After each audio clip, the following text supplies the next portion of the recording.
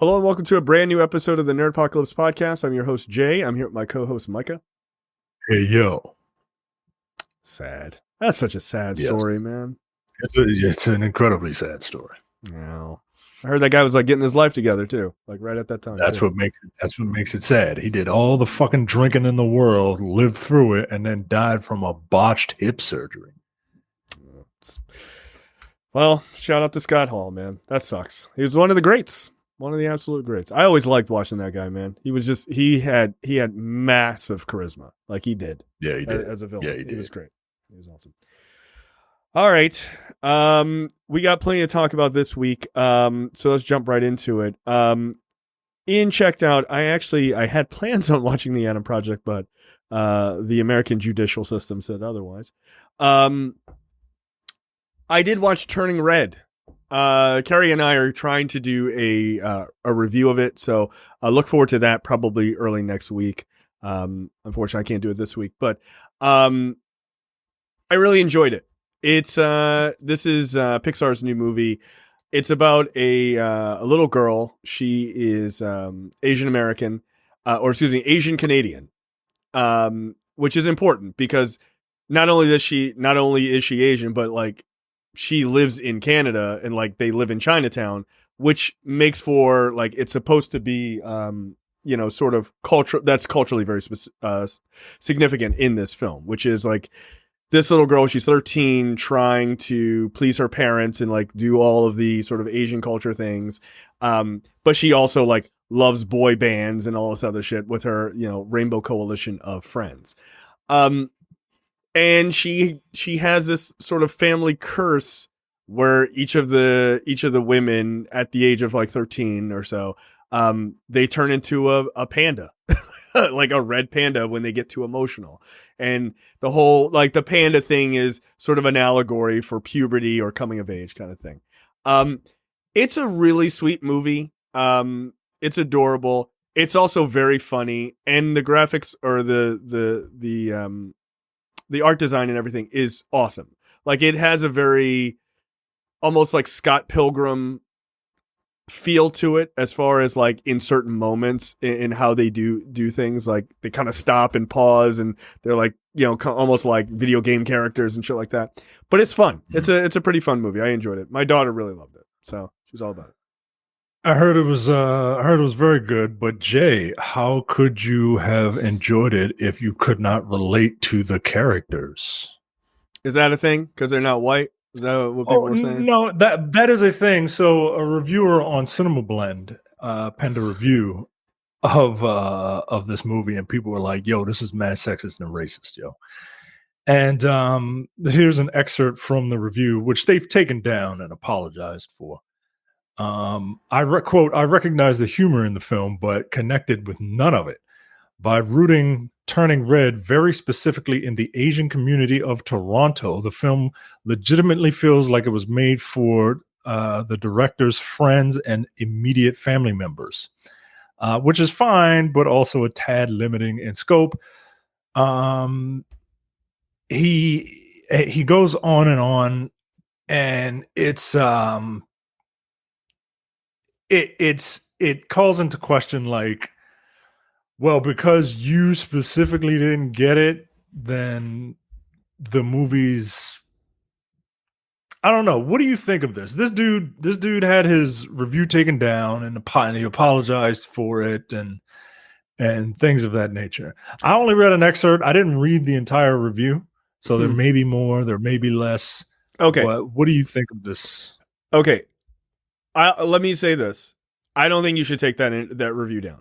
I think people should see it, and I think people should trash the shit out of it if they don't like it. I think that's 100% okay. Look, stand by what you wrote. If you wrote that shit, stand by what you wrote, right? Don't get scared. Like, don't get scared now. Stand by what you wrote, right? So that when people look your name up from now on, that review will come up. Stand by what you wrote. In a since deleted tweet, he also called the movie exhausting. Oh, wow. That's the second white person who's called an Asian film exhausting in the last few days. The really? Michelle Yeoh multiverse movie, a white reviewer called that exhausting too. Oh, fuck you. I haven't seen that movie. Yo, that is the most anticipated movie this year for me. Yeah, I'm super wait excited to see that. Like, are you exhausted because like you have to look at other people's culture and their other perspectives? That's kind of what it's. That's kind of what it's coming off as. I think that's exactly what it's coming off as, right? So, okay. Now look, I haven't seen that movie. You know, maybe it is exhausting, right? Maybe it's all the like, you know, universe jumping. Maybe that's what they mean. I just find it curious that that's the second Asian-centered film to be called specifically exhausting in as many days. That's it's curious. It's curious. Hey, look, maybe it's a total coincidence, or maybe both of those people are racist. I don't know. Maybe you're running. Maybe you're running the same playbook. Yeah, maybe. Maybe you might have to take that review down. I don't know. But so no, I don't think they should take the review down. I think people should be able to shit on it in perpetuity. But do I think like, okay, I've seen that movie and I've seen Encanto. Like, those movies are not black-centric films. Okay, but like the point of it is that it is about it's about a young girl coming of age and her difficulty in wanting to please her mom specifically. And, you know, because there's always the fucking butting heads with like young girls and their mothers at that age, right? Like that's it's not just a trope. It's fucking real. But it's her trying to sort of run the line between that and being like true to who she's becoming as a person. Like the reason why a lot of people get the movie, because they're like, especially young, you know, women are like, yeah, they went through the same thing. Like, it's a universal thing. It has nothing to do with them being Asian. And incidentally, the Asian part of the movie is just the curse. Like, Encanto is way more focused on, you know, Colombian culture. Like, way more focused than this movie is. So I don't like that. That feels like bullshit. And that you can't. And look, this is a guy, right? It could also be that he doesn't get like the coming of age puberty thing, which I don't but that doesn't make sense to me either. Even right now, the shit doesn't make sense as you say it. Right, it doesn't make sense either. Realize that. Right. Like I'm not a woman, dude. I realize that like I also came of age at the same time and butted heads with my parents. Like, it's just that they're specifically dealing with a girl's perspective on that. Right. It stars a girl. And like, look, the turning red part could be, I haven't seen it. Maybe it's a metaphor for, you know, the different things that maybe it's just a metaphor about fucking blushing, right? And being embarrassed and trying to, you know, I mean, she turns into a giant red panda. It could also be like she's getting her period. Hello, right? Like it could also be that, right? Like, but I mentioned the blushing part just because, like, she likes boys. Like that's the whole thing. Like everybody goes through it. You know what I'm saying? Not having periods and shit, but everybody goes through it. You know what I mean? To say that you don't understand it is weird. Right? It's just weird, dude. Kind of weird, yo. It just feels really, really odd. Like if you didn't like the movie, fine, whatever. But like, I bet they wouldn't say that about Frozen. So I was listening to. Incidentally, I found that movie kind of boring, but you know, I wouldn't say exhausting, but I found it kind of boring. And his point about like, well, it feels like it was made just for the director and her immediate friends because it's centered around the Asian community in a minority community in a foreign land, and I don't get that because I'm a white dude from America, right? But at the same time, just to stop you, just one quick second, and I'm gonna let you make your point. There's nothing about it that's uniquely Canadian. Nothing. Like there's just not, dude. They just live in Toronto. Like that's it. Like they're like, oh, there's Toronto. Like that's it. There's not like, hey, what's this all about? Like they don't fucking like. There's not a significant part of it. Like Toronto, the Toronto, the city that a lot of Hollywood films tend to go to because it looks like a regular ass American city and it's cheaper to film there. Yeah, like there's nothing about it. I was like, oh, they're in Toronto. I was like, okay. Yeah, there's not anything. You even forgot that they were there. You called her Asian American. Yeah, exactly. Yo, come on. I was listening to another podcast and they made a point, you know, like like, yeah. So he was like, "Oh, this centers around this Asian community in Toronto. It feels like it's made specifically for the director." You ever seen a Marty Scorsese movie? No, but those are white. Those are white. They're centered around fucking old Italian gangsters.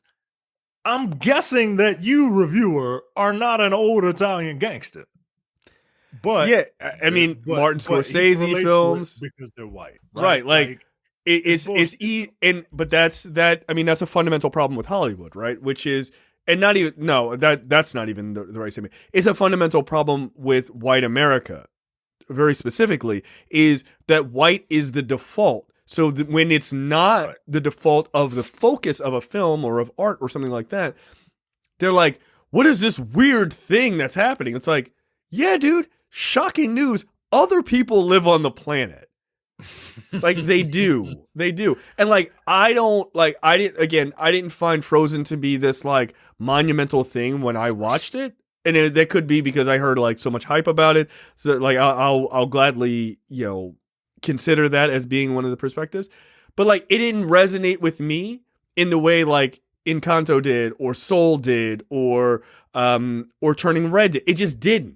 And that's okay. I'm not like, oh, this is so exhausting. How can anyone have this different perspective? It was just like, okay, this isn't like, I thought it was a lovely story. It just didn't resonate with me like as heavily. But to not get it is just weird. Like you can say you don't like it, but to not get it and also say, oh, well, this feels like it's for this community. It is. It is for that community, dude. It is. But it's why also am I not? Why it's like the meme of the dude looking in the mirror, talking about like, you go here and you make it all about you. Yeah, right. Yeah. Like, come on, yo. And like, it wasn't like some random dude, right? Like, this was the managing director of Cinema Blend, yo. Like, it's not like some wow that snuck one in. You know what I mean, dude? Like, you should not have written someone. You need an editor. Someone be like, don't do that. You know what you need? You need an editor who's not white to be like, don't do that. don't write this, dude. Take this down. That's ridiculous. That's ridiculous. Quote the tweet that he linked to, that he linked the review to, that is now deleted, of course. Of course. Quote, some Pixar films are made for universal audiences. Turning Red is not. The target audience for this only feels very specific and very narrow. If you're in it, it might work well for you. I am not. This was exhausting. It seems like a poor critique, man. Like, I understand like critiquing film and critiquing art. Like, art is a feeling. You know what I mean? Yeah. Like, there's some scientific aspects to it in the actual creation, but the product that you consume, it's a feeling. Like, and I get if you didn't, if you weren't feeling it, but like, I don't know. It's a weird critique, man. It's a weird. You should watch Turning Red. I think you and your wife would probably enjoy it. I meant probably to enjoy it. Yeah, I meant to. I'll probably end up watching it in like a couple of weeks. I gotta get through all these Oscar movies first. Yeah, and I don't know how I'm gonna watch this. I don't know how I'm gonna watch Coda because me being not deaf and shit. Right? How can you even relate? How can you even relate to it? You should probably watch Sound of Metal and not relate to that first. Then you would be able to not relate to Coda. As well, I did watch Sound of Metal and had a really, really hard time enjoying that wonderful, wonderful movie. But yeah, I guess I'll try it again. Yeah, that's so wild. You sound nuts saying that. It's exhausting. What was exhausting about it, dude? Come on, man. Come on, dude. Like it again. Shit. Your point about like a Martin Scorsese film, those are about Italian folks. Like they are deeply specific to Italian people, and like like you said, Italian gangsters. Black people love Martin Scorsese films. Are you kidding me? Like, and those guys are generally racist. Like they call us eggplants, like directly in the film. And they ain't talking about our dicks, No, like they ain't have eggplant emojis back then. You right. know what I mean? Like, we took that one and turned that one around for ourselves as well. That's right. That's why they hate us, man. That's why they hate us. You call us nigga? Fuck it. It's a term of endearment now, and you can't say it. Yeah. Fuck you. Yeah. You call us an eggplant? Yep. This eggplant is going right up into your wife's peaches. Get out of here. we're the what is it, like jujitsu of racial minorities. Like you can't beat us. Yeah, we'll just use the terms against you. That's what we do. Yeah. So yeah, I think Turning Red is very good. It's an adorable movie, and like if you like Scott Pilgrim and you kind of like the idea of the premise of this, like there's some real like kind of funny video gamey moments that kind of work. But it's silly. Like it can be very silly. My daughter did learn one thing in it that I appreciated. At one point, her parents own. They run a temple in a Chinese temple that people come and visit, and they have to clean it. And she's like, "Today's cleaning day," and she's like all excited. My daughter like grabs the broom in our house. She's like, "It's cleaning day." I'm like, "Yeah, get used to it." That's awesome. Great. Yeah. This is a great lesson to learn. There you go. Jay's teaching young women to just be stuck in the house and cleaning up after men. Got it. Yeah. Take your shoes off. Don't even bother putting your shoes on. All right, let's get into topics this week. Sean Levy to direct Ryan Reynolds in a Marvel movie. Deadpool 3 specifically. Screenwriters Rhett Reese and Paul Wernick are returning to the franchise after working on the first two. Okay, yeah. Look, that's fine. I'm very curious to see what Deadpool is going to look like under the Disney umbrella. Mm-hmm. I feel like they can have a lot more fun with. But I also feel like this has the potential to kind of be annoying. Like I know Deadpool is annoying on purpose. But there's a line, man, and I'm hoping they can straddle that line without making it like obnoxious. You know what I mean? Yeah, I think the goal here is to not do what they do in the comics, which is Deadpool is everywhere. Like, yeah, you know, it's like Deadpool kills the Marvel Universe. Deadpool does this. Deadpool shows up in this. Deadpool, like, all right, we got it. Because in comics, it's easier to avoid because it's like, oh, I just don't read that book. Like, I just don't give a shit. But if you have them constantly pop up in movies, it's going to get a little old. So I think they're smart enough to sort of play it like with the right, you know, sort of the right tempo there, right? Like you can have them show up in things, but like easy. You know, there was concept art, incidentally, from Shang-Chi where they showed Deadpool taking on, I think it was like Proxima or someone like that. But, and like in the sort of cage fighting scenes, right? Like, you know, how they just kind of had a bunch of characters. Like him showing up there would have been actually kind of perfect.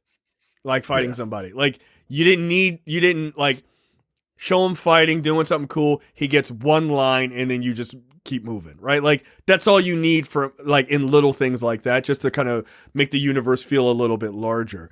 But obviously they haven't debuted him yet, so like to me that would have been a great debut. But they decided not to do that. But that's fine, whatever. So here's an interesting conversation. Do you keep Deadpool rated R, and do you introduce some of your more family-friendly characters? Do they end up being in a Deadpool movie, or is Deadpool kind of on an island right now? That's a good question, right? Because, look, I think you do keep him R. It's been suggested by many people that you keep him R, but if he ever crosses over into something that's not R, then what you do is he will be censored. He will be censored, right? And because he can break the fourth wall, like you can have real fun with that. And he's like, "What the shit?" And it's like bleep, you know, or like he can say shit, but like he goes to say "what the fuck" and it bleeps, and he kind of like, "Hey, like what the fuck is going on? Like, yo, what are you doing? Like I get to say stuff in my movies, like what can I do it here? Like you can have real fun with that, but you basically have to keep that under bay. Like you can't let that go too crazy, because then like parents might be like, I don't know about this character, like that you could get some backlash, right? But I think you could have him go both ways, but I think it might be a little bit easier to keep the family friendly characters to a minimum in his movies. Like I think, because you don't want parents being like, oh, the Hulk is going to be in a Deadpool movie. The Hulk's cool, and then they go to take their kid to see this, and it's like it's wildly not the same thing that they think it is. Now here's the thing here's my prediction that we won't know about for quite a few years. I think Wolverine would be the perfect go-between, right? Yeah, I think he's another go-between character that you can keep in your family-friendly thing, but when he shows up in a Deadpool film, then it's time to really cut loose. Yeah, You know what I mean? absolutely. Yep. And I think it would be fun, like if we are in an X-Men universe, or if we are in an X-Men proper movie, and like you said, Deadpool comes over and he's like, "What the beep?" Like, hey Wolverine, did you realize I can't say beep beep beep, right? And then he's just like, and Wolverine's just like, I don't know what you're talking about. Right. Just totally play it off. Yeah, just play it straight, man. Like, and just, I don't know. I think it would be a cute little gag. Yeah, I think that would be a really good idea. Look, as much as everyone wants these X-Men movies to come, when they finally do, there's got to be like a point man, right? Like Iron Man was the point man for arguably the majority of those first 20 some odd movies, right? Yeah, he was a focal point. And it looks like Doctor Strange is being positioned to be the point guard, so to speak, for these next few phases of movies, which I'm fine with. The X-Men are going to have a point man, right? And I mean, it's going to be Wolverine, right? Like, I would love it for it to be somebody like Storm. You know what I mean? I think they might change. I think they might. Look, Marvel's big thing. I agree with you. I think they do need a point man or woman. How about point mutant? How about that? Who knows? Point guard. Point guard. Yeah. But Marvel's big thing is they always want to change it up. They want to change the dynamic from what you've seen in the previous iterations of these characters, right? From other companies. So you might not get Wolverine as the point person. I would love that.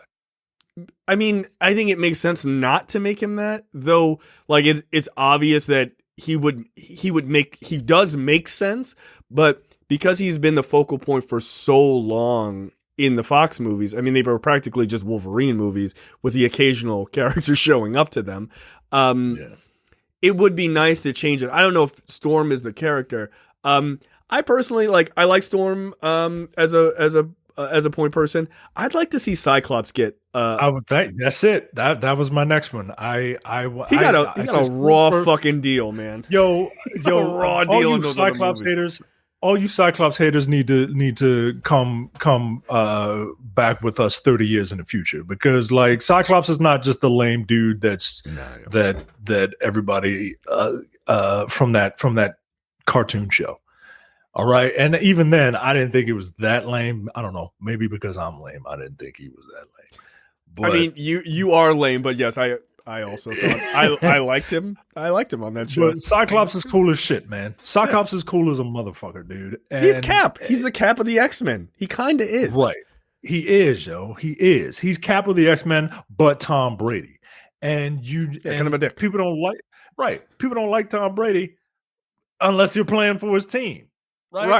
Right. You know, it's like, Tom Brady's an asshole. It's like, you think he gonna throw a six? You think he go? Oh shit, he coming back? Like you want to see? You still like you're like fuck that guy, but you want to see if he can do it. Like you do. Like you. It's like you can't help yourself, right? And there's always been those moments in the X-Men comics and stuff like that. Like what was it, Schism, where Wolverine and Cyclops are fucking going at it, and like Cyclops like kills all of those Sentinels, and like Wolverine goes, like damn, like I often forget like how strong you actually are. Like I kind of forget because like you're not a fucking joke. Like and he had to admit like I underestimate you a lot. And like That's the point, is that he should be a good point person. Like, my ideal way to do the X-Men has always been somewhere between the movies and a running series, right? Like, I think that would be a cool way to do it, right? Like, you got the movies, but you still have a show that spends time with them, like developing their close-knit relationship, right? Because we saw the relationships grow and change in the Avengers, but again, you don't want to just copy that with the X-Men. You want to give them something unique, and I think like a series would be kind of dope, right?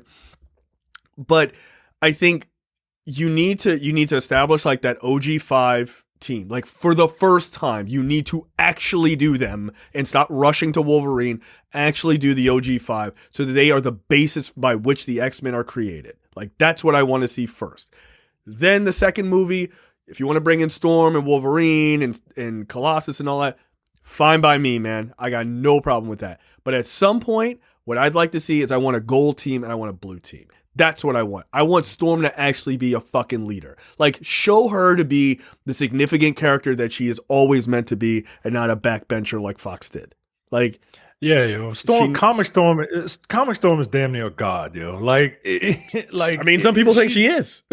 she's one of the most overpowered comic book characters of all time, and yeah, in those fucking and in those movies, she was given cloud cover. Like, fucking like, whack. She was like, whack come as on, shit. Man. She was lame, tornado. she was real lame, yo. So I like your idea of a series and like movies. I would. What do you think about this? Right, like, you get your OG X-Men. I would prefer they not wear those blue and yellow uniforms. Like, I kind of want to see them a little more fully formed, but like the OG X-Men in spirit, right? And look. For my money, for me myself personally, I feel as though I need the 90s costumes, man. I need Cyclops with the fucking brown jacket over the suit. Like, that's what I want. I want that design. I want a good X-Men design, not the fucking shitty designs they've done over and over again. I want something real, unique for them. That looks good. Yeah. Finally. I what do you think about, like, we established that the bigger names are the big names, and the big names, they get their shine in the movies. But then some of the lesser known X-Men, some of the B-list X-Men would be still in the movies, but their character development would be focused in the series, with the big names coming in every once in a while during the series to, flesh out the world or whatever. And we just kind of alternate. And a season of, X-Men Academy or whatever you call it, right, leads into another big movie. Yeah. And then we alternate like that. I don't know. I think that's I like that idea. I like it a lot. But now that you say that, I'm going to be a giant hypocrite. I take it back. Look, Cyclops, I think a great point person. I really do. I think a lovely point person, and I do stand by that. But I'm going to have to take it back a little bit. Better point person. Jubilee is the point person. That's who you make in the show. She was in the cartoon. Yeah, right. She's the point person, right? She's young. She's this young person. But she's Asian, Jay. I don't know. She's an how Asian do we girl. relate? I don't know. How do we relate? I don't know if she's I'm able to relate to she's her. a vampire now, which is fucking weird. I don't know if that's still going on in the comics. And a mom, she was a mom, a vampire, and a mutant. Like, good lord. All right, like, that's exhausting. Like, I agree with the guy from AV Club or Cinema Blood. That is exhausting. But so I think she'd be a really good point person, right? Copy that idea of not necessarily that storyline, but that idea of like what they're doing. We'll talk about it obviously today, with Miss Marvel. The reason why Miss Marvel works is because she's literally the kid who grew up watching the MCU in real life. right? Like she's watching it in real time being like, yo, Iron Man and fucking Captain Marvel, this is awesome. I want to be a superhero. And it's just like Jubilee would have that sort of aspect of she's coming into her own with these powers, and then she starts seeing these other larger than life other mutants, and they're teaching her the way. Like that's a good point person for the audience. So I don't know. I think maybe what you do is you have several point characters, right? One for younger people kind of coming in, and then you have one as the sort of connection from the X-Men to the larger universe. That could be your Cyclops kind of character, right? Because at a certain point, they're going to be like, the Avengers are like, who the fuck are you? The X-Men are like, who the fuck are you? And then they got to have a conversation. You need somebody who can bridge the gap between those characters. And it can't just be Professor X. Like you need somebody who can get in the action. So I don't know. I'm excited to see what they do with Deadpool. Deadpool it'll be telling. Right? I mean, I liked Free Guy a lot, but it'll be telling exactly which way they go with this. Is Josh Brolin coming back as Cable? Because I actually liked him as Cable. I thought he was pretty good. I would hope so. Yeah. Right? Like, get that man back in the universe. Like, works for me. He was dope. So, I don't know. Yeah. The X-Men are an interesting, like, I saw somebody had a theory. I don't remember what website it was. It might have been like Screen Rant. It's like somebody wrote it there. And I thought it was probably the best explanation for the X-Men, that basically we find out that Professor X just mind wiped everybody of the X-Men on the planet before 2008, before Iron Man ever showed up. And so they've been already working and training since then, and now something happens and they're sort of forced out, the more mutants now or whatever, the snap, blah blah blah blah blah. But that's why you get the OG 5, but they're adults, or they're they're in their 20s instead. I don't want them to be fucking 13. I'm not interested in that. Fuck out of here. I want them to be adults. I don't want them to be. I don't want the big names to be like teenagers. You can bring in a bunch of other X-Men. Yeah, Kitty Pryde's a teenager, dude. Like you could. I mean, I want the OG 5 to be mid-20s. Like I think that's a good age for them. Like early to mid-20s, and like they're ready to go when we meet them. Like they're not like, how do we fight? Like, nah, fuck that. First time we meet them, they should be in the danger room, like getting it on. Like that's what I want to see. Also, I'd like to see a proper danger room at some point, please. One time. Look at you asking for a lot. How about the most basic things in the X-Men lore? Can we have that? How about we get some sort of date that we can expect more information? No, I'm not even looking for a date for a movie. I'm looking for a date for information. Right. June 5th. We'll tell you about the thing we're gonna do. When's that come out? I don't know. Don't worry about a movie. So I'm looking forward to it. Obviously, it's moving fast, right? With Professor X showing up at some point here in May, shit's getting ready to get like moving full steam. So that's kind of dope. Yeah. All right. Next so where's my Fantastic Four information? Give me a date on that. I think you're getting that information's coming right after. My guess is you get information in Multiverse of Madness on that one. Oh, well, all the more reason for me to be super excited for that movie. Harley Quinn, the second best Batman affiliated cartoon ever. Wow, that's bigger than do you put like JLA and Superman? You don't put them tied to that at all, or you're taking like direct? I mean, I'm talking about Batman specifically. Okay, right? I'll give you that. All of those things. All of those things are like in the same family, but I'm talking about Batman specifically. Yeah, it's right up there with Batman the Animated Series, guys. No, it's super good. It's really good. And it's getting a spinoff focusing on Kite Man. Look, hell yeah. This show is this article says this was probably inevitable given the character's popularity, but Harley Quinn co-creator and co-showrunner Patrick Schumacher has revealed that a spin-off of the adult animated series focusing on the inept but strangely endearing Kite Man is currently in development for HBO Max.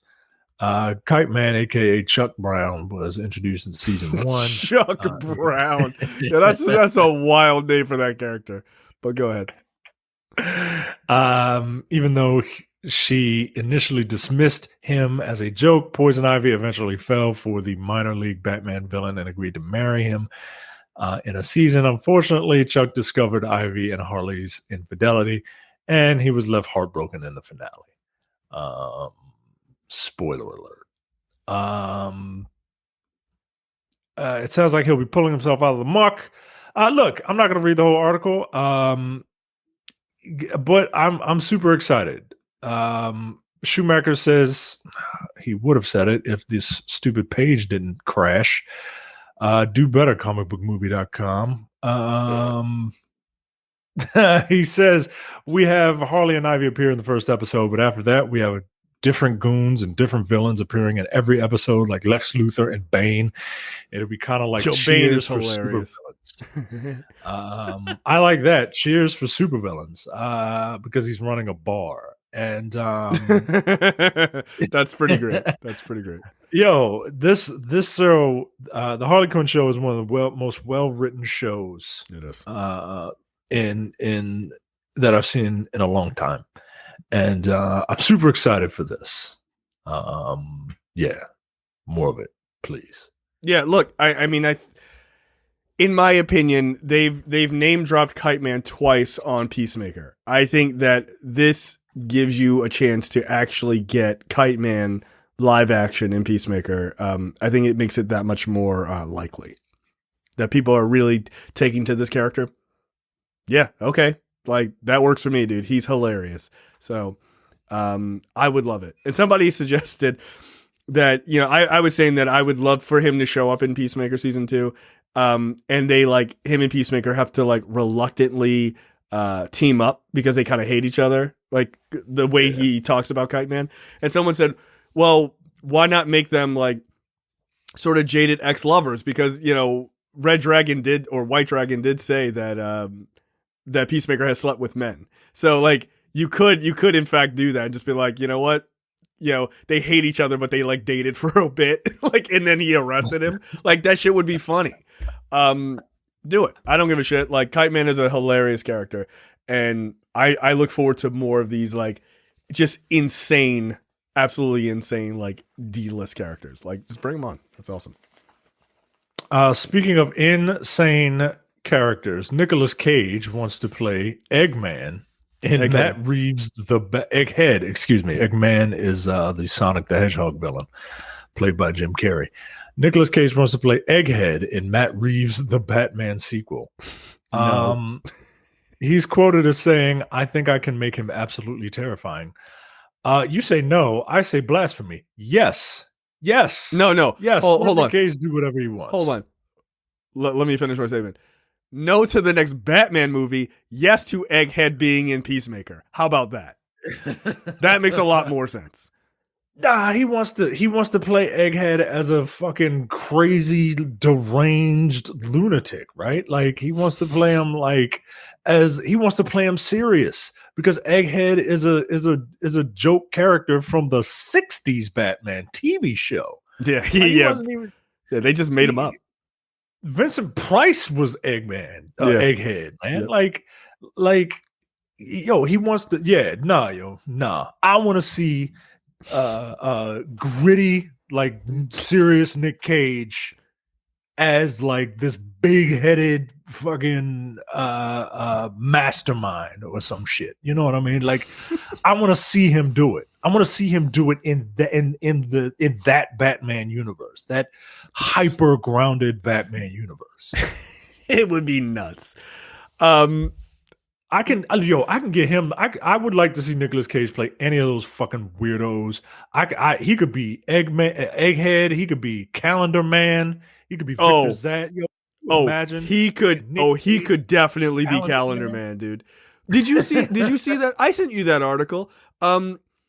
Robert Pattinson said his favorite villain of all time, his favorite Batman villain of all time, is Condiment King. Yo, give it to Nick Cage. Like, as a jobber villain, dude, come on. How hilarious would that be? He shoots Batman with like ketchup and mustard, trying to put him into anaphylactic shock. He would do that shit. He would do that. He would play it so straight. He would play it so straight. He would play it straight, and that's why Nicolas Cage is a genius. That's why that guy is when he like he does a lot of bullshit, right? Yeah. But he doesn't. But you could tell movies that he doesn't really care about. But when he cares about a movie, like he will put his all into it. Yeah, he'll turn it on. I haven't finished Pig, but like he is very serious in that movie. Like extremely serious. Man. Yeah, he can do it. He can do it. Yeah. Yeah. Let him do it. Who would you like to see in the next The Batman? Well, the talk is that Reeves likes Mr. Freeze. And I like the idea of that because I'd love to see a real Mr. Freeze. Like, sorry, not a huge fan of Arnold Schwarzenegger's Mr. Freeze. I know, blasphemy on the podcast. I apologize. Your mouth. Shut your whole mouth. You know what? All right. He got top billing. He got top billing over Batman in that movie. He did. That's how good he was. Yeah, that was a wild casting choice, dude. That's a wild casting choice. Oh my god, the pictures they released of him before the movie came out, him sitting in the chair with like polar bear slippers on. I'm like, all right, this is a real movie. This is a real movie. Wow. Okay. Cool, guys. Freeze would be awesome. Look, I'll say it. This is gonna feel like really like recency biased. I'd actually like to see Bane done better.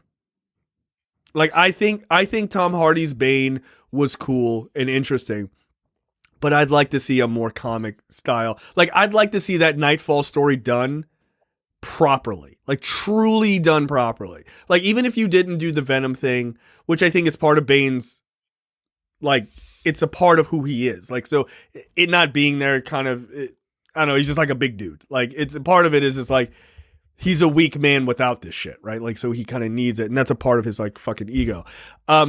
But I'd love to see that taken seriously, like maybe in a third movie, actually, where like the Nightfall story, like he lets all the villains out of Arkham and like Batman is exhausted because he's trying to do all this, and then Bane shows up. Like that would actually be a cool story. You don't need all the Azrael fucking nonsense. That shit was stupid. But that would be kind of cool. Like I'd love to see it, but of course it's already been done, and they wouldn't go for that again. Freeze would be cool. Bane would be cool. I'm just trying to think of interesting stories. The problem is that not interested in Hush. I mean, we kind of already got Hush a little bit. They could do Hush like I think they alluded to it in the movie. But like they alluded, like Paul Dano's Riddler was like kind of half Hush anyway. Like, you know what I mean? It was just, I mean, he was like half Hush, half the Joker. You know what I mean? Like it was half like a chaotic Joker. So the problem is if you were going to set up Hush, you would need to have set up Hush in this movie a little better, right? You would have, you'd have to play that out. It'd have to play out. Yeah, that would have to be something that like, oh, hey, here's a character who is, knows Bruce Wayne, but like was minor, but technically introduced. And then like in the third movie, like this thing happens and then it's like, oh shit, it's, Tommy Elliott. Right. And so the problem is like all of the cool Batman villains have like been done recently and have been done, to varying degrees of goodness. Right. So I don't, I guess Mr. Freeze is kind of it, right? I would love Poison Ivy, but like, I don't know how you do that. I don't think you can in the world of the Batman, right? Like she can't just be like controlling plants and shit, right? But she could be like a toxologist or something like that. Yeah, but I feel like, and I hear you on that. Like you could do that, but I feel like not controlling plants would really cut into what her character is. You know what I mean? And like the Penguin, in my opinion, I don't think Danny DeVito, like he was just kind of gross, and so they had space to that shit a little too literally. Like the Tim Burton Batman movies, they were They were very literal with Yeah, the they were whole- low on the nose. He's like quite literally eating fish. Like he's a penguin. Like, all right, he's got deformed. All right. Like, we got it. flipper hand. Yeah, it's like that's not necessary. So they had space to redo him in this.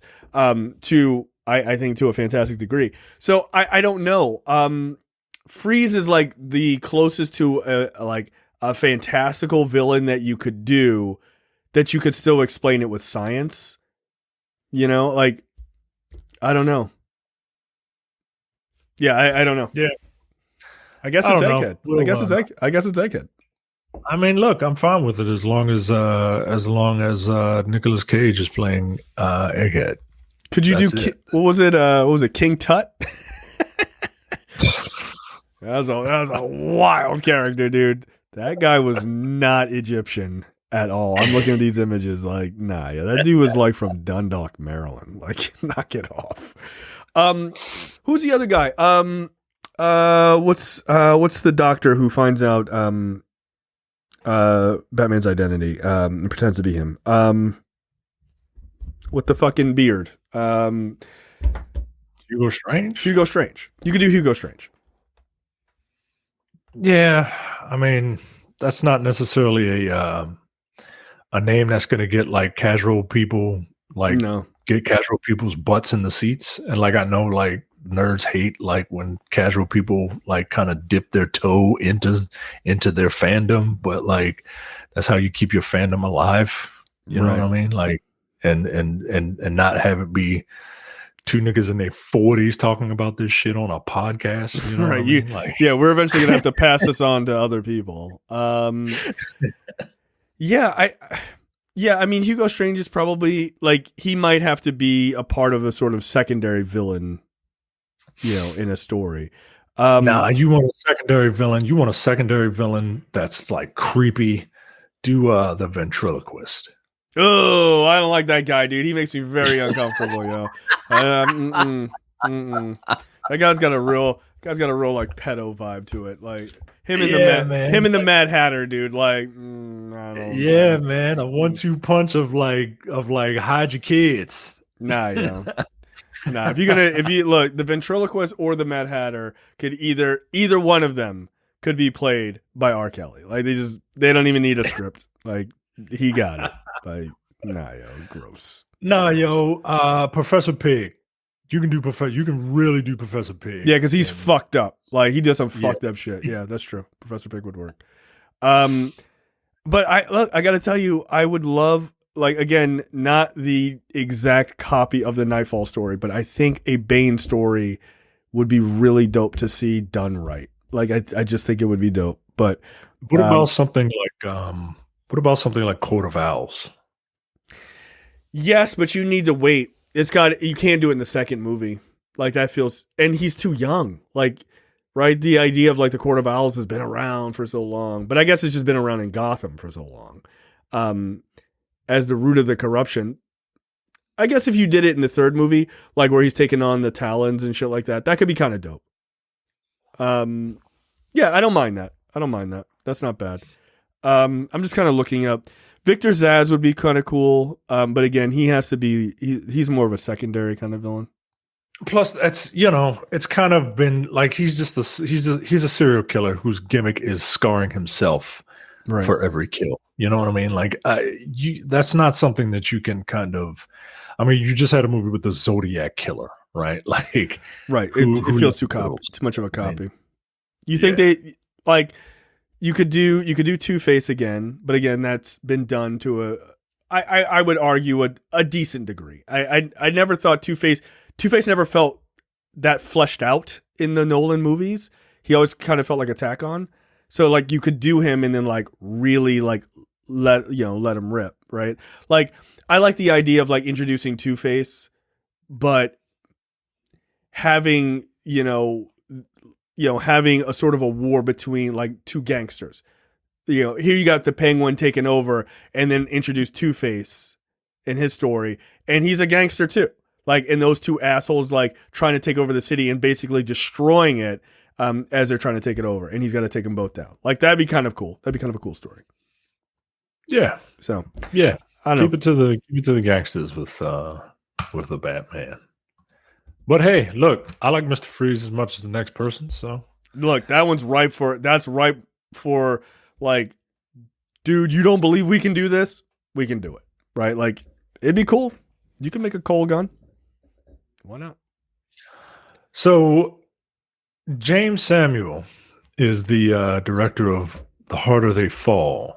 I like that the movie. Western. I really like that movie. That It's movie really was good. really, really fun, man. My wife hasn't seen it yet. She wants to watch it. We need to. What a perfect reason to go back and watch that movie. Yep. He is the filmmaker behind The Harder They Fall, and he is reteaming with Netflix and boarding the adaptation of Boom Studios comic series Irredeemable and its spinoff Incorruptible. This unique undertaking will combine two separate titles into one feature. It will be written by Kemp Powers, who earned an Oscar nomination for writing One Night in Miami. He is also known for co-writing and co-directing Pixar's Oscar-winning animated movie Soul. For those of you that don't know, you're a huge fan of this comic, aren't you? I didn't read Incorruptible, but I read all of Irredeemable. Irredeemable is basically a Superman deconstruction. What if Superman was a villain? And the Snyderverse. Got it. It hit, and it hit before DC realized, oh, hey, we can do Injustice. Mm-hmm. And it was very good. I recommend it. It's a comic series that's not too long. It's like, I forget how many issues it is, but it's not too long. I think I read it's like 32 or 37 issues. It's not that long. Right. So it's actually readable. And then Incorruptible is, you follow Max Damage, who is essentially, the Punisher. And seeing him transform into a superhero. I like that story. Look, I'm into this, right? I'm into this. I will be watching. Producer on one of the producers. I don't know if you've heard of him. His name is Sean Carter. Small guy in Hollywood in the music industry. Hasn't done a lot. Hasn't done a lot. I think he's also known by his stage name Jays. Is there a dash or no dash? Oh yeah, there is a dash. So Jays. And he was one of the producers for the Western. Look, man, this is what we need to be doing. This is what we need to be doing. Mm-hmm. We need to be making stuff like this. Yeah. We need to be making stuff like this. It's very smart. Like, look, man, whatever you think of Jay-Z, I don't really give a shit. Personally, he's one of my favorite rappers of all time. But like, this is how you diversify your money. This is how you get to be where he is. Mm-hmm. Hey, these two black dudes made this Western, which he also was a producer on, right? And he did. Yeah, he was like, "Yo, this looks dope." Right? Yeah, he was like, "Yo, this looks dope." Right, and he was like, "Hold on, let me make a phone call to all my rap friends to do the fucking soundtrack for it."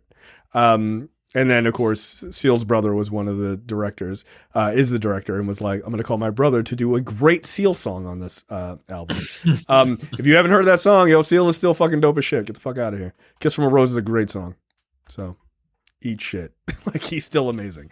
But he was smart enough to be like, look, these guys have real talent. And they do. This team has a real talent. And they do. Get into comic book movies, man. And these are the ones, like, people a lot, like, you know this story. I know this story. I'm sure, a lot of people in our audience know this story. But not mainstream audiences don't know this story. And it's a Netflix one. You ain't got to put it in theaters. Look, all you got to do, don't make it look cheap, man. Don't make it look cheap. That's it. Don't do the Jupiter Legacy thing where it looks like really bad cosplay. And I've definitely seen cosplay that looks better than those costumes. Get some quality behind it. Now, I suspect that those guys will, these guys will, considering the quality of The Harder They Fall. Like that was not a cheap. It didn't look like a cheap movie. But in comic book movies, you got to nail that costume, and it cannot look cheap. If you can do that, yeah. This is supposed to be a movie, right? Not a series. Yeah, it's supposed to be a movie, which I'm very curious. That's the thing that I'm most curious about.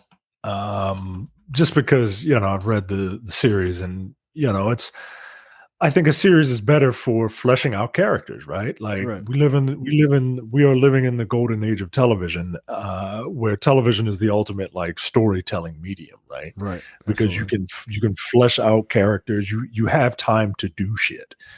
So I'm very curious what this is going to look like as a film. But yeah, I'm in for it, man. Yeah. I like that they're combining both stories into one instead of trying to do two different projects. It's like, well, they're in the same universe. Like, you don't need to do all that. Like, either do a series where it's combined or a movie where it's combined. Like, just like this is your first, it's your first time jumping into this. I'm sure it'll give the movie a very good balance. You know what I mean? Mm-hmm.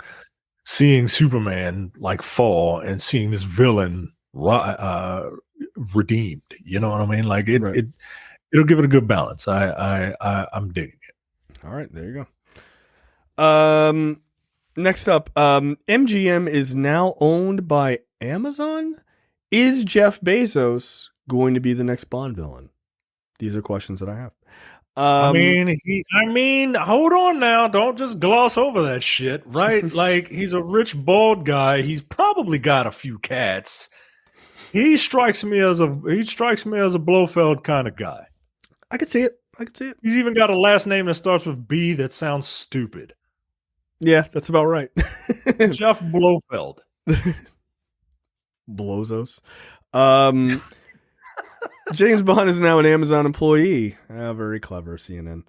The tech giant has closed its $8.5 billion acquisition of MGM, the home of the Bond franchise and one of the most iconic movie studios in Hollywood history that doesn't really have much else.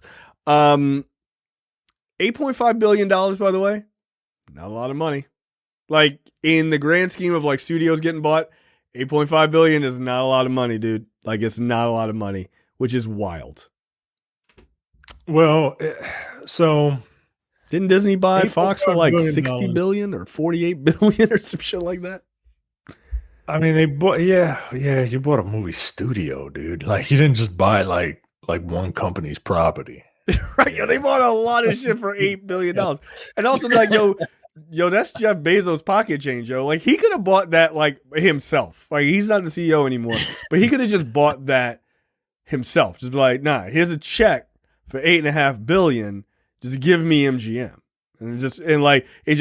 It's him roaring instead of Leo the lion. Like, go watch James Bond. Like, he could have. Like, that's crazy. Yeah. So, how do you feel about that as a Bond fan? How do I feel about what? How do you feel about this as a Bond fan? It means that more James Bond movies are coming. I mean, like, that wasn't a fear of mine, right? Even if this didn't happen, that wasn't a fear of mine. But hey, maybe I can watch them on Prime now, and I don't have to, schlep out to the theater if I don't want to.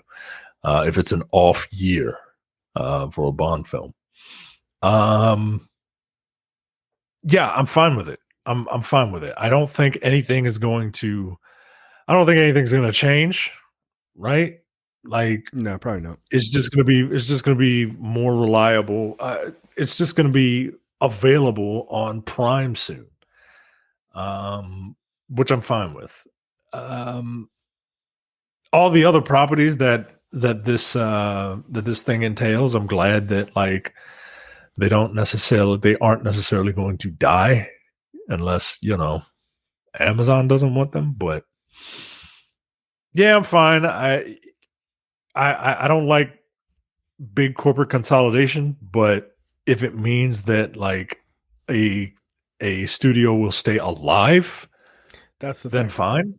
Right. I'm fine with it. I mean, MGM is going the way of the dustbin, right? Like they don't make anything.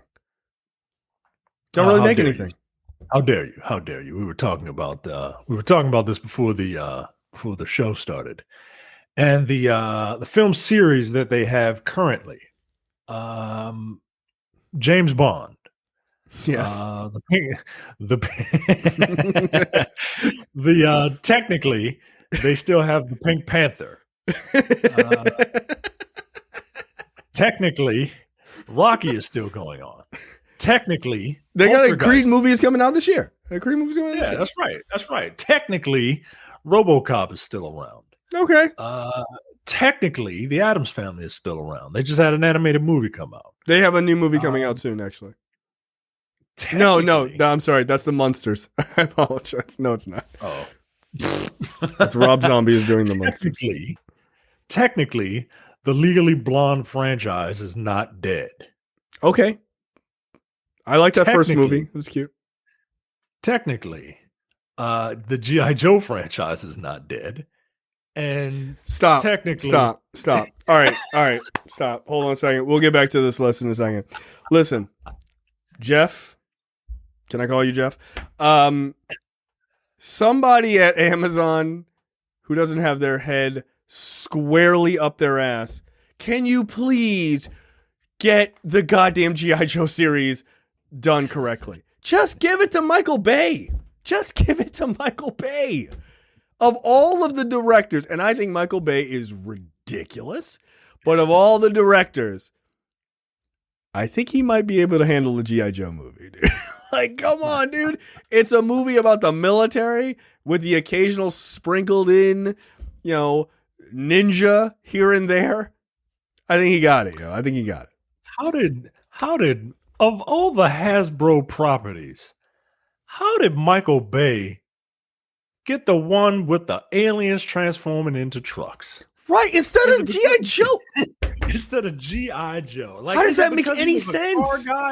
Is it because he was a car guy when he first started out? Yeah, that's how he did car commercials. Yeah, like that.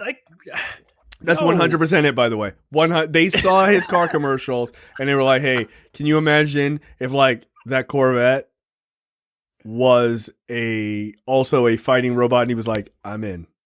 Like nailed it, dude. He should have done G.I. Joe from the jump. I'd have watched the shit out of those movies.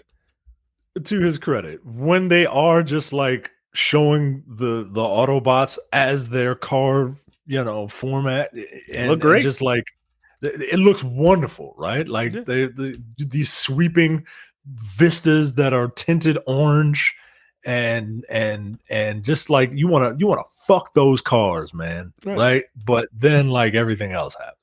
Yeah, they start talking. It's like, yeah. Don't worry. Yeah. When they don't worry. When they get to the zoo or whatever's happening in the next movie, it's gonna be fucking garbage. It's gonna look stupid.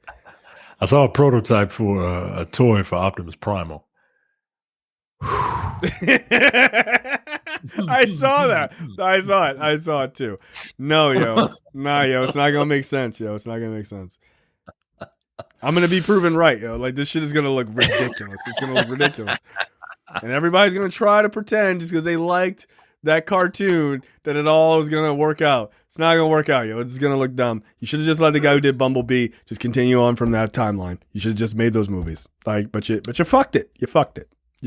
Yes. Technically, the Tomb Raider franchise is also around. Now, I have a list. They're making another one of those. Another one. Yes.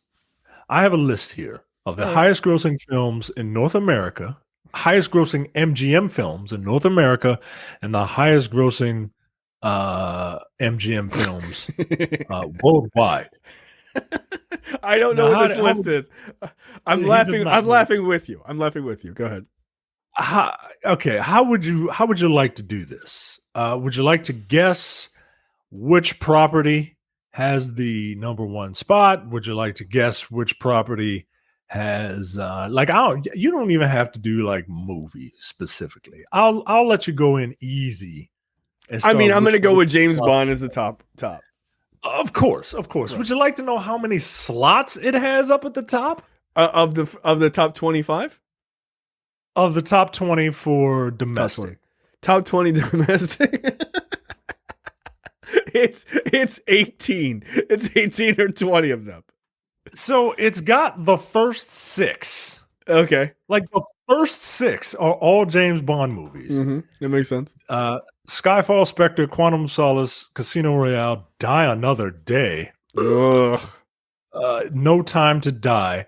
Then it's Rocky 4 at number 7. Yes. Then back to James Bond. The World Is Not Enough and Tomorrow Never Dies are 8 and 9. Then Rocky 3 is 10.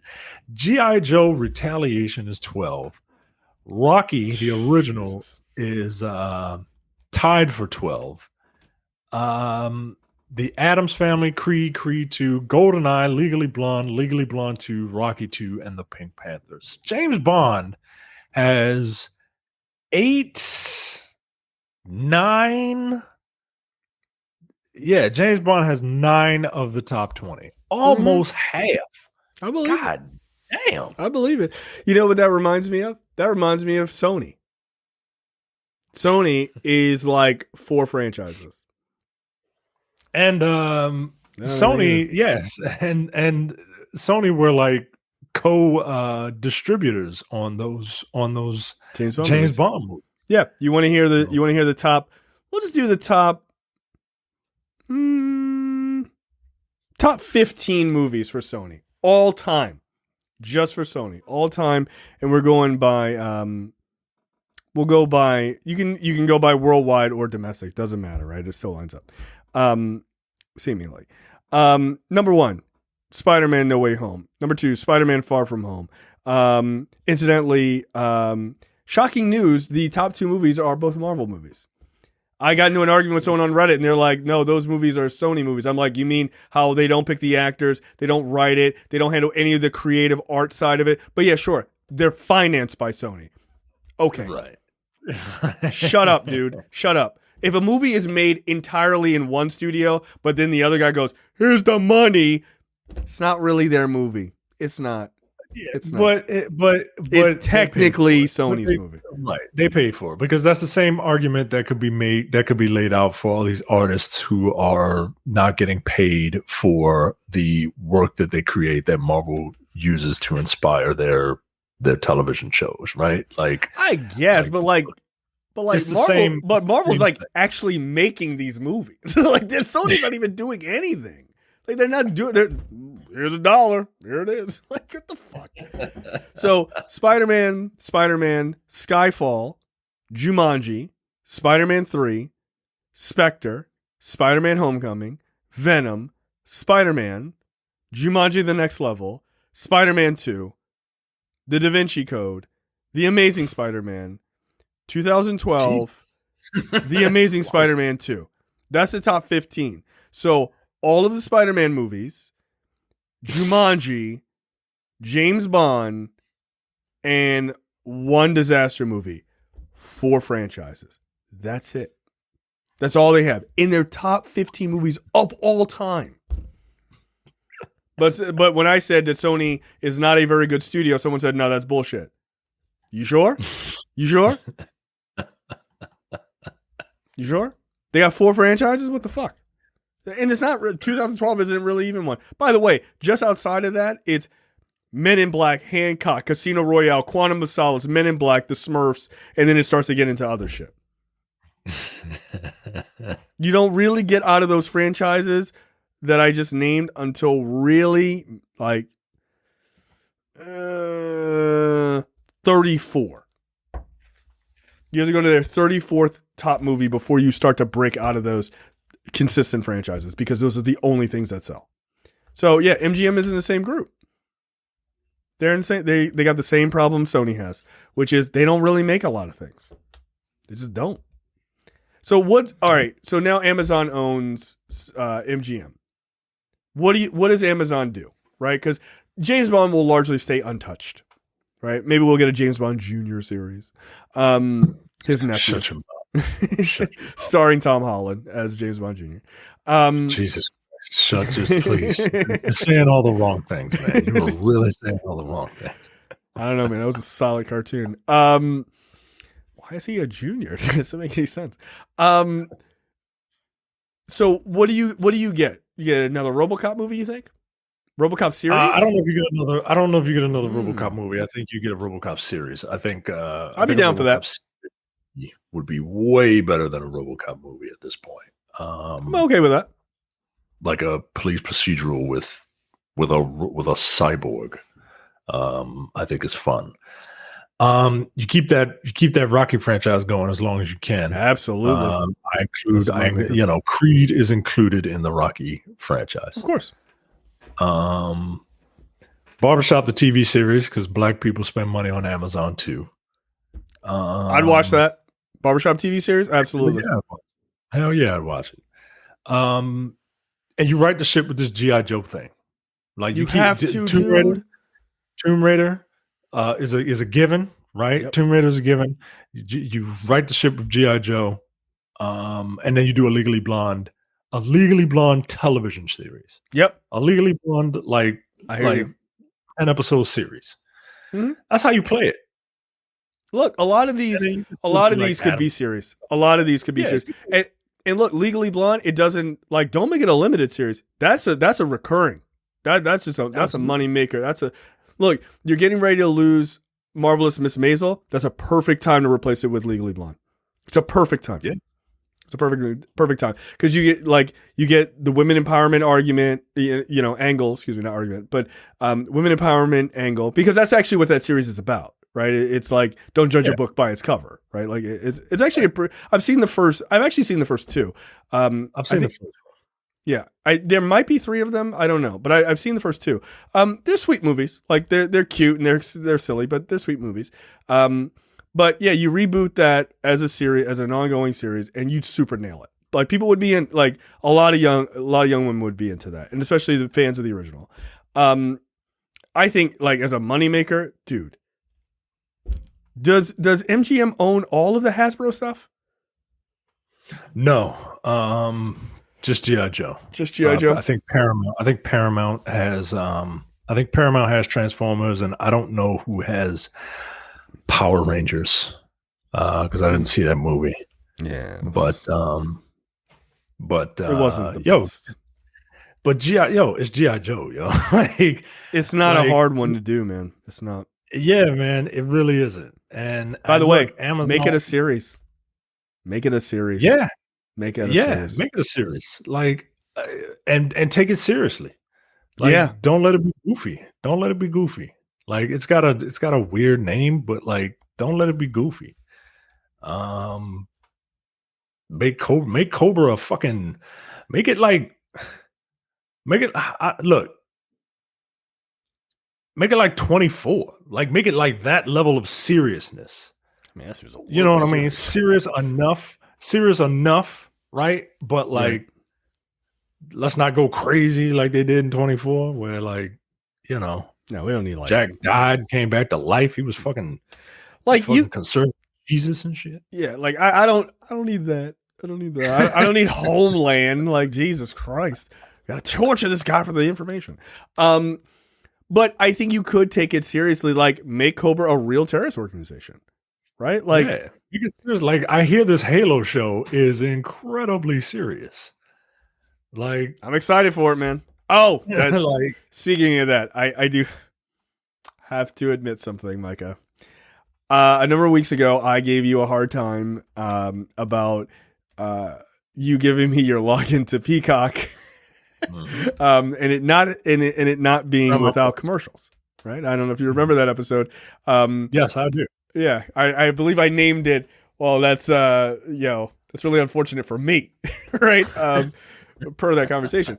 So the only bit of Peacock that I've watched, or excuse me, Paramount Plus. I apologize. The only amount of Paramount Plus that I've watched is Peppa Pig. So I can't really be that mad at you because my daughter likes Peppa Pig, and so. Every time an advertiser comes on after the episode, she goes, ad. Why is there an ad? And I'm like, all right. Well, your Uncle Mike is a cheap fuck. I don't know what else to tell you. Immediately, she's pissed. See that, and look, having that ad, it's all worth it now. Is it? It's all worth it. Yeah, just because you got a cool story. Yeah, I got a cool story out of it. And Yeah. ad. Get out of here. Yeah, she was like, "What the fuck is this?" She's like, she's not used to that. Like, she don't even have ads on YouTube. She's like, "What is this? Get out of here."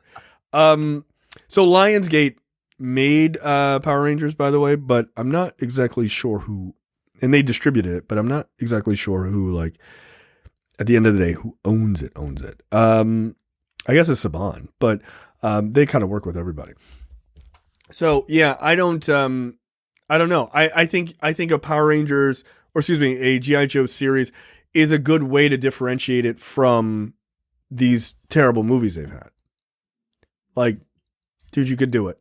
Like, because a lot of the G.I. Joe is like, it's much like the X-Men, like them sitting around and like bonding as a team. Like, do that shit. And then you could have like a dual perspective of like the characters, like the bad guy characters bonding at their like they're, like you got the League of Justice versus like the Legion of Doom. Like, yeah, you could play it up and you could make it really cool and fun. But like, you'd have to, again, there's a lot of silliness behind a lot of these original series, but there's a lot to mine there to make it quite interesting and real. Like, it's just a military drama, dude. Like, it's just a military drama. That's all you gotta do. Yeah. With science fiction elements. Yeah, that's it.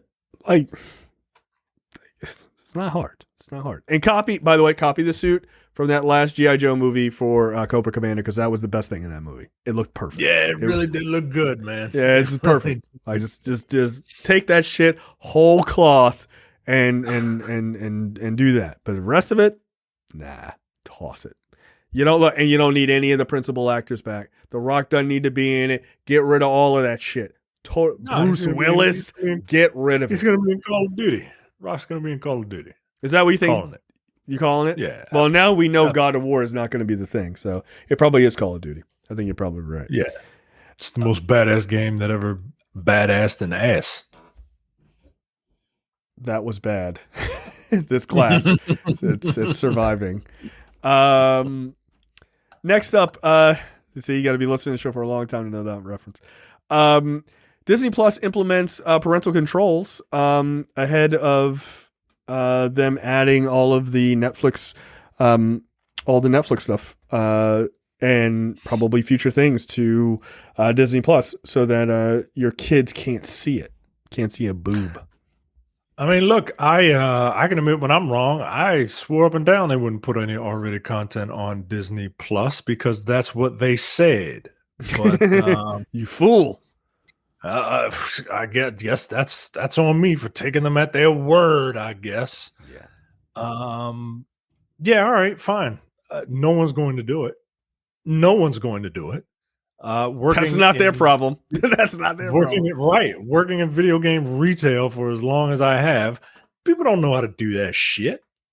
Yeah. People don't know how to. You have parental advisory. You have parental locks on your television right now. And no one don't know how to use it. No one does it. No one does it because they don't know how. No one does it because they don't care. Nobody does it. Yeah. But now, hey, look, if Disney got to say that so that I can get Predator movies on Disney Plus. Right. I don't give a shit. I don't care. Yeah. That's somebody else's problem. That's a Christian mom's problem. That's not my problem. Get the fuck out of here. I actually pay attention to the shit that my kid watches. When she does, I don't hand her the remote and be like, watch Turning Red, and then I just go upstairs for 3 hours. Like, that's not how that works. So no, we did that one time. We didn't do it right. Like, the television was on, and he didn't. And we had to step out for a second. Like, I had to go to the bathroom or something, and my wife was downstairs, and all of a sudden. We did it. It happened twice. Because one day I opened up iTunes and I was like, what the fuck is this last Star Wars movie doing here? And then I looked at my cable bill and it said $19.99. You just bought Star Wars. And I'm like, what the fuck? Like, because like with Fios, right? Like, you turn it on And it's a pop-up, yo. Like it's a pop-up, and the pop-up highlights the buy section. Oh, that's not right, yo. That's not right. And not the no, that's okay. We don't want this section. Yeah, no. And he did it again, and I caught him because he did it for Fantasy Island. You remember that fucking movie? Yeah. Not the old one. Yeah, it was like just a couple of years ago. Yeah. And I had to call Verizon. I said, look, yo, I don't mind having this bad Star Wars movie in my collection. I'm not putting fucking Fantasy Island. Yeah, take this off. Yeah, get it off of here. And then they were like, okay, next time use the parental advisory or the parental locks. And that's what I do now. Because fuck you. Yeah, I don't do any of that because I use Google TV, right? And so all of that, the only thing that is set up on a credit card is my Amazon account, and you have to know our PIN. So even if she got our remote, which she never has, even if she got that, she doesn't know our PIN. Like she doesn't have the dexterity to be like, oh, let me go from here to here. Like, no. So I luckily don't have that issue, but they're like, you can put it in your credit card, so that you could easily purchase. Like, nope. No. I don't no. I don't think so. I need as many barriers to entry for me to purchase something. Right. As humanly possible. Nah, I'm not. You can just do it easily. Get the fuck out of here. No, thank you. I don't need that to be easier. I need it to be harder. No, thanks.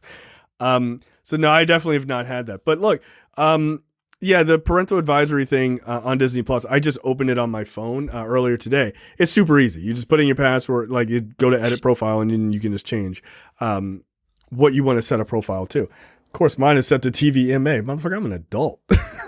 I'm not blocking shit. I want to see violence. That's what I pay. Vincent D'Onofrio. I want to see Vincent D'Onofrio crush a man's head with a car door. Right next to watching Encanto, which makes all the sense in the world to me. So I think it's a good thing. I think it gives them good cover. Look, if you don't put it on and you get upset that your kids saw something they weren't supposed to, that's on you. Be a parent. I mean, it is what it is. Like, fuck out of here. Next up, Netflix is finally addressing the password sharing that all of you people definitely do directly. Not me. I don't do that. Anyway, do I do that for Netflix?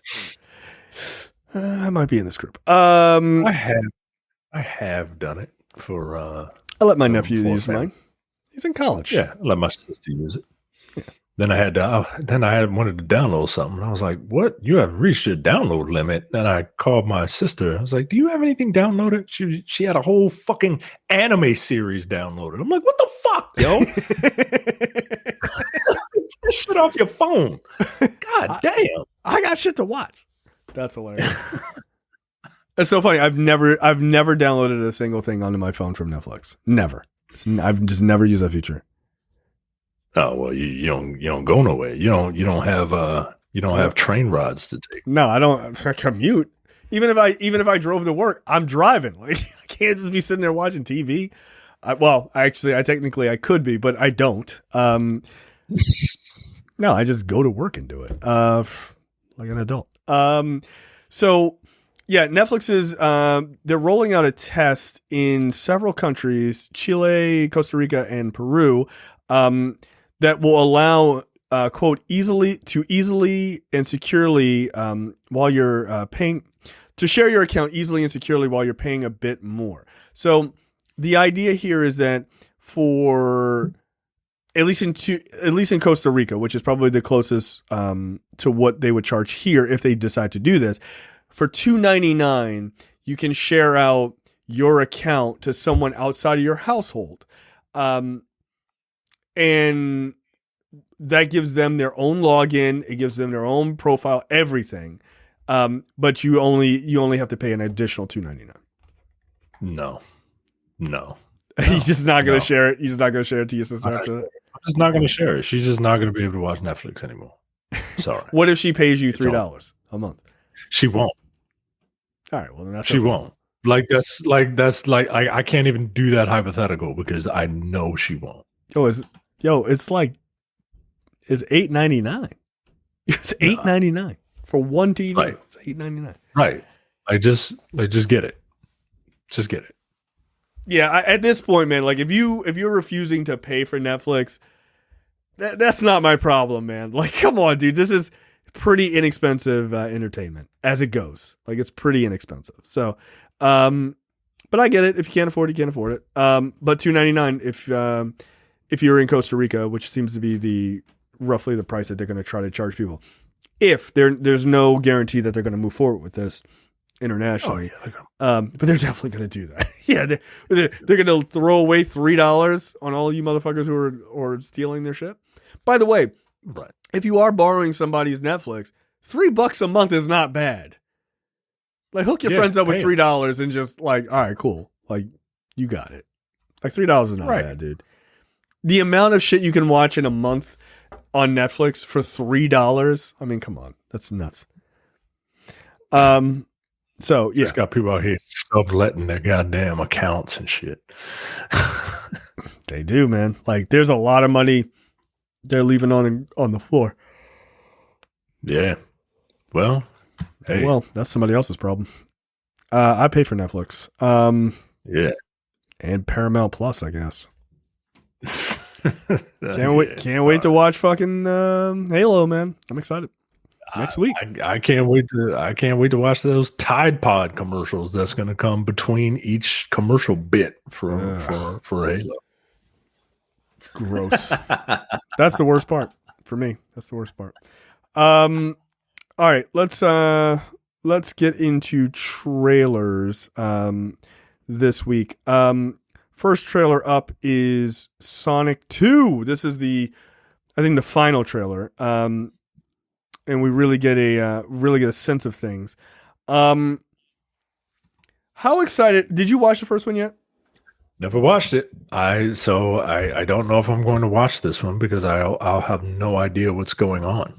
The first one's on Hulu, incidentally, if you want to watch it. I haven't watched the rest of it yet. I started watching. I thought it was pretty fun. It's kind of goofy and ridiculous. But this seems to be like they're going even bigger in this, which is cool. Jim Carrey seems to be even more nuts, which is always fun for him. But yeah, I think this looks like they're going to nail it. I feel sorry for Morbius because I think this movie is going to do fucking serious numbers. Oh, absolutely it will. Yeah, absolutely it will. Look, there's a reason that I haven't watched this. When I was a kid, I was a Nintendo kid. And I just was like, well, fuck you and your Genesis. And I said that because I couldn't have one. Right? Of course. Like, they weren't going to give me two of them. Right? What's wrong with your Nintendo? Because that's what we called it in black households. That's right. And so I was always secretly jealous of my friend down the street who had a Genesis. And I would come over and I'd be like, all right, this is all right. But like, I kind of want to play that Sonic. It's like, all right. I mean, but but my Mortal Kombat looked better. I mean, yours got blood, which is like half the point of Mortal Kombat. But like, mine's got sweat and it looked better. So it did look better, but wasn't there a code or something you could put in for blood, or is that a lie that we told ourselves? On the Genesis one, you could. I think, what was it, like ABACABB or some shit like that, right? Right. And but yeah, so I was never a Sonic person, but I always secretly liked Sonic. I kind of want to watch this. Like, you should check out the first one. Like, it's cute. Like, and I feel like this one is, they try, like the first one, from what I can tell so far, they do a good job of sort of mixing Sonic into this like real world and like in who he is. But this one, they're really kind of leaning into the sort of the Sonic lore, which is kind of fun. So, okay. All right. Yeah, all right. I'm here for it. Morbius better do big numbers its first week because it ain't getting the second one at the top spot. I cannot imagine it beats this one at the top after week 2. All right. Let me goof around while next trailer. Is this I think it's a series. I think it's a series on HBO Max. Mm-hmm. It's called Tokyo Vice, and you told me about this before we started. It's an upcoming crime drama based on the 2009 book of the same name. The premise is it's set in the late 1990s, and an American journalist named Jake Adelstein relocates to Tokyo to join the staff of a major Japanese newspaper as their first foreign-born reporter, taken under the wing of a veteran detective in the Vice Squad. He starts to explore the dark, dangerous world of the Japanese Yakuza, and Micah is very excited to watch. Yeah, that's what I said. I was like, dude, one, it's Michael Mann, so yes, please. It's about the fucking Yakuza, like, yeah, and it's got Ken Watanabe in it, dude. Like, come on, man, this looks good as shit. It's got Ansel Elgort or whatever that guy's name is. Apparently, he's a bit problematic. Yeah, apparently he's. Oh, he is. Yeah, apparently. He's a dude. Yeah. I'm not surprised. Yeah. A lot of these guys are pretty exhausting. I would argue, like, could you just not be a piece of shit? Like, could you just not? Like, so we could just enjoy these, great television. But yeah, this looks great, man. I'm all about a good dark series in Japan. I like that. Also, it's Michael Mann, dude. This is giving me like Black Rain vibes, man. I love it. Yeah, I think this is going to be really good.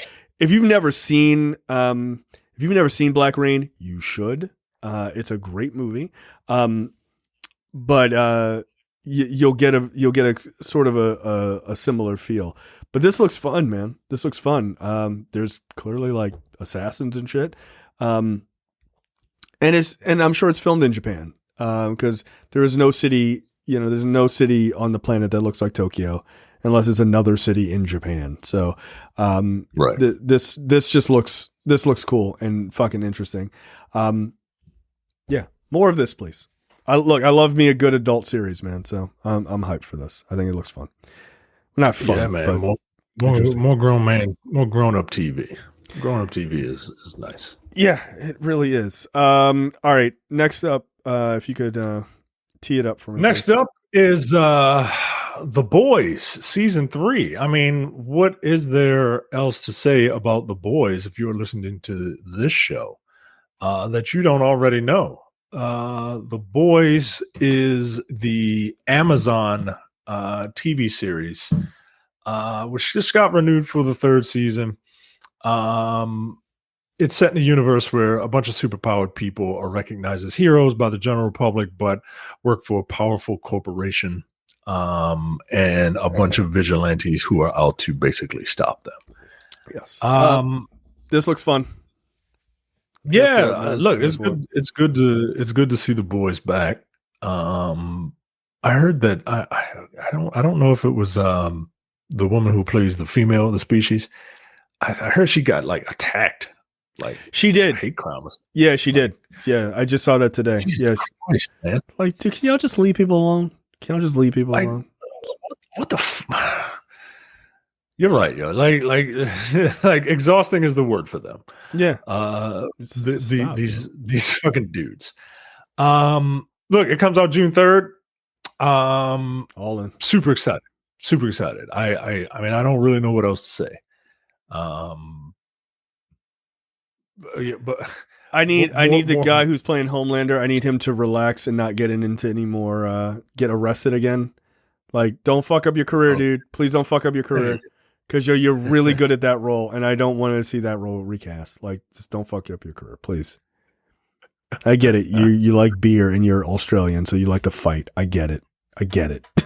just relax. Just relax. So. Yeah. Look, I think The Boys is one of the better. I think it's one of the better superhero series. Like outside of the sort of Marvel DC world that we've gotten over the last couple of years. So it's kind of dope to see this show doing as well as it has been. All right. What's the next one? What's up next? What's up next is We Own This City. Yes. Which is an upcoming American miniseries based on the nonfiction book of the same name by Baltimore Sun reporter Justin Fenton. Like the book, the miniseries details the rise and fall of the Baltimore Police Department's gun trace task force and the corruption surrounding it. It stars TNP's own Deacon and John Barenthal. Wumi Masako. I'm serious, dude. Deacon's in it. Are you serious? Yes. Oh, I'm serious, dude. I didn't know Deacon, that. Good for him. Deacon said that he came back in October, shot some scenes, and he hopes that none of his shit is on the cutting room floor. Oh, I hope he's in it, man. That'd be awesome. I hope he's in it. I really do hope he's in it. Is he fighting a samurai in a pickup truck in this one, or like is it different? No. He's a Baltimore nigga from Baltimore. He is playing a dope head. And Good. I have no idea what he's playing, but he looks kind of like if a dope head became a fuck boy. Yeah, no, that makes sense. That makes sense. See, I told you I would make fun of it. That statement right there is for 4 people, but I told you I would do it. And yeah, man, I hope he's in it. I hope we get to. I'm gonna be looking out for him. It stars John Barenthal, Wumi Masako, Jamie Hector. Wasn't he in The Wire? Yeah. There's a lot of people. There's a lot of people from The Wire in this. There's a ton. He played Marlowe, right? He played Marlowe. This looks fucking. It looks good. It looks really good. It looks like it looks like The Wire 2.0 to me, man. It does. And I'm not right. And I'm not saying that as some like, weird, like, oh, we from Baltimore, so we obviously gonna like it. No, this is showing Baltimore in a really fucked up light, right? Nah, this gun trace task force thing is a real story. This is like a problem, it's a real problem. Like I told my father about it. He was like, he knew everything about. Oh yeah, I want to see that, Mike. Yeah. I remember when it happened. Yeah, I know you do. Yeah, this looks great, man. This looks fucking phenomenal. It looks really, really good. And look, I can watch John Barenthal be a piece of shit in anything. All day, every day, man. Like look, the second Deacon told us a story. He said that somebody came up and tried to fight John Barenthal. He said they were filming a scene or some shit like that. And the dude came up and he thought that John Barenthal was a real cop and he was trying to like really. Yeah, John Barenthal is like, like I've listened to interviews with him, like people are like, oh, he seems like a thug in those movies. Like, nigga, he's not really acting. Like he's not really acting, He's not. Let me tell you something. John Barenthal is a DC nigga, yo. Yo, he is, He is for real. Like he is for real. Don't fuck with him, yo. Yo. Like he told a story. He told a story on a podcast, like right before he made it, that like right before he made it, some guy came up to him. He was walking his dog because like I saw him downtown once, right? Like he brings his dogs with him wherever he goes, right? And he's like a pit bull kind of guy. Because of course he is. Of course he is. Like of course he is, right? Like that's not a shock to anybody. And he was walking his dog and this guy came up to him and was like, yo, like, and he tried to take his dog and he beat the shit out of the guy and the guy like cut him with a knife or some shit like that. And it was like a major thing. And like he tells his story and the guy sued him for like $2 million because literally right behind him where the fight was going on was a billboard of John Barenthal, like starring in something, like it was at the beginning of his career. And the guy was like, oh, you got money. Like, and he sued him for like $2 million. And he was like, he basically had to make a change at that moment of like, am I going to keep down the road of like getting into fights and all this other shit? Or am I going to like change my life around and like take this acting shit seriously and like move on from this bullshit? Like, nah, yo. Like, you see how he getting out of this car? Yo, this is not he's not acting. yo, that's not acting, yo. That's natural. This is some natural shit. Yo, John Barenthal is a great actor, man. I like him a lot. I do. He is a great actor, but much like how when someone gets typecast as a racist, when someone gets typecast as a thug, like I have to believe, I have to believe that at some point you're not really acting. Right. Like Walton Goggins says he's a nice guy, but is he though? Like, is he? Is he? So I feel like maybe he's not doing that much acting. But yeah, that We Own the City looks amazing. That looks really great, man. It really, really does. And it's got a lot of people from The Wire in it. Like, it feels like a reunion, man. I'm like, oh, I think David Simon. I think he might be in his bag again. Like, I think he might be. I look forward to it, man. So yeah, We Own the City looks great. All right, last but certainly not least, trailer for it. Small little feature. For Miss Marvel. The second I get this up. Miss Marvel, the premise of this Disney Plus show is that Kamala Khan, or is it Kamala or Kamala? It's Kamala. Yeah, she corrects them. I mean, the vice president really fucked everybody up with the pronunciation of her name. Yes, she did. Kamala Khan is a fangirl of the Avengers, particularly Carol Danvers, aka Captain Marvel, and she struggles to fit in until she gains her own powers. My question to you, Jay, is how on earth are you going to be able to relate to this Pakistani girl from Jersey who gets superpowers? How am I supposed to relate to that shit? I talked to my wife. And it's like, she's close enough. I got some Pakistani friends. I'll just call them and be like, am I, how do I get this? How do I understand?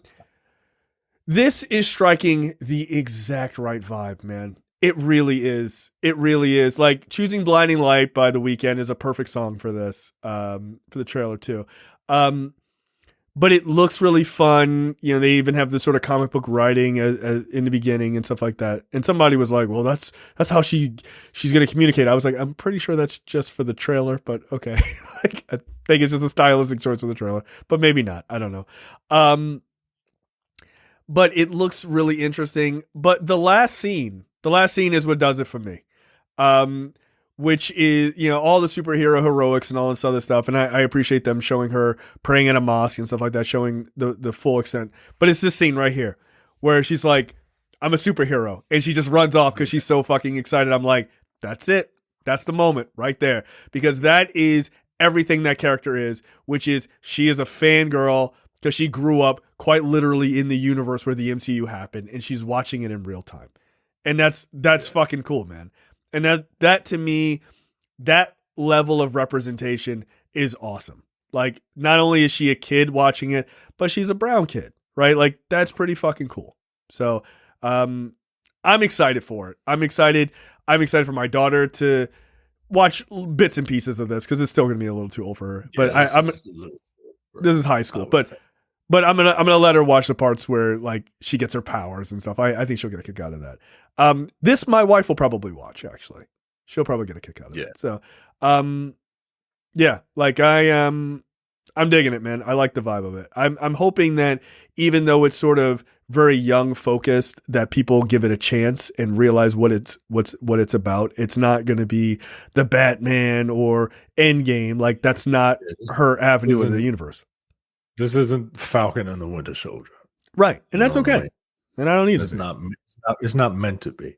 Right. I'm not looking forward to that backlash, right? Like, when these young people will like graduate, so to speak, to the movies, you know, it's because it's, what's the word for the day? It's exhausting. and like, I don't know. Get over it. The embiggen effects look pretty good. I'm not surprised, but I am surprised that, like, technology has come this far to kind of show bits and pieces. Like, you know, you don't have the Hulk running around here now, but like bits and pieces of these types of high quality special effects, right? In like a television show. Yeah. She-Hulk is going to be the one that does it for me. Like, if they can pull that off, that's going to be nuts.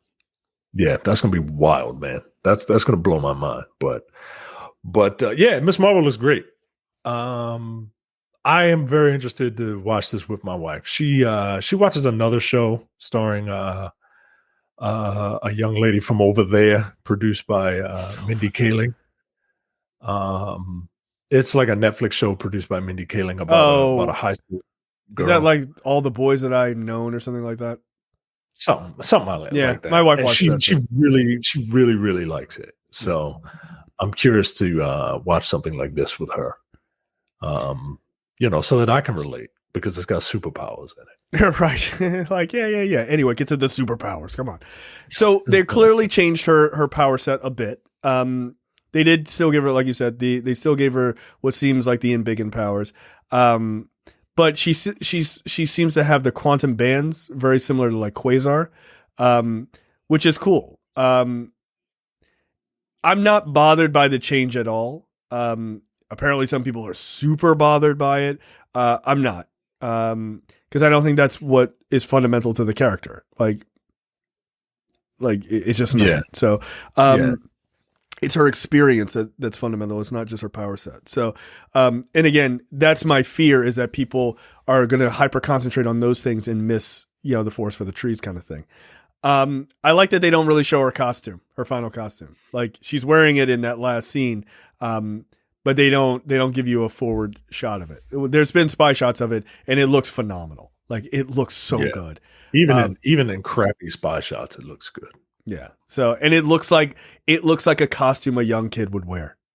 So, it's not showing her midriff or whatever. I'm like, don't sexualize high school kids. It's fucking weird. Don't do that. Yeah. All you Euphoria fans, like those kids, those actors are supposed to be teenagers, Like, well, apparently that show is like wilding. like, why are they all dressed like strippers? Like, like actively working strippers. Like, what is going on? So yeah, I'm very interested in this series. I'm looking forward to it. Like I read the first maybe 6 books of her original run and I really was enjoying it. I should go back. Cause there's some quotes in those like early books that are just like phenomenal, dude. Like they really, really are. So I'm looking forward to this. And also I love the artwork of it. I thought it was amazing. So yeah, Miss Marvel, what is this? June 8th? Is that what it said? Something like that. Yeah. Yeah. And then that jumps us right into, I think by the time that finishes, I forget what comes up right after that, but, there's another like Marvel movie or something like that that's dropping like soon right after it. So, all right, cool. Works for me.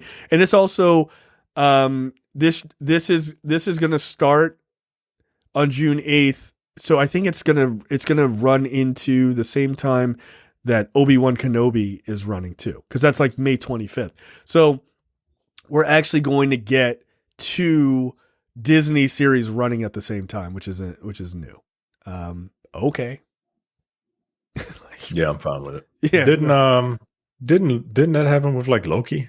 Like because that's why they moved it to Wednesdays. I think Loki was moved to Wednesdays, and then like Bad Batch or something came out on Fridays. Yeah, that's true. So, yeah, there you go.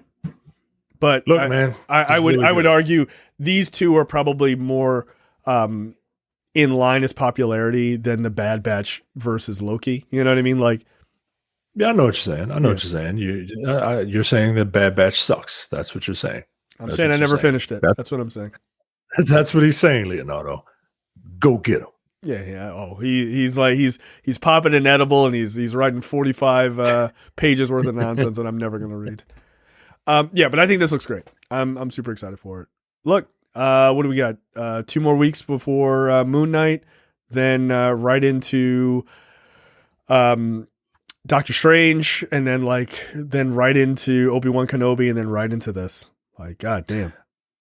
Man, I watched Far From Home the other day, and I forgot that the little stinger at the end was a teaser for Doctor Strange. Yeah, and I'm just like, all the excitement just came rushing back again. Like, god damn, man. Yeah, like fucking, I can't wait for this shit. Yeah, dude, they're not missing, Like it's like. I saw someone, their quality's going down. I disagree. I think hey man, complain all you want. Just one, you're gonna keep watching them, and 2, look, I think they're firing on all cylinders. Yeah, I do too. No, I think what they're doing now is they're expanding. And there's going to be growing pains because you're used to seeing 3 white guys, and now you're going to see a bunch of other people. And so you're just going to have to get used to that. Or don't. I mean, I don't really give a shit. That's on you. Yeah, don't. I fuck you. I don't care if you can relate. Nigga. Well, I mean, it's exhausting. My God, Jesus. Like, they're very tired. They're all very tired. All right. That's it for us this week. Any other final words? I would be remiss if I didn't wish you a very happy birthday, old man. And It's true. Well, we're black. Happy birthday to you. Well, I'll wake up. I'll wake up tomorrow and I will. I'll get my daughter to do. If it's your birthday, make some noise.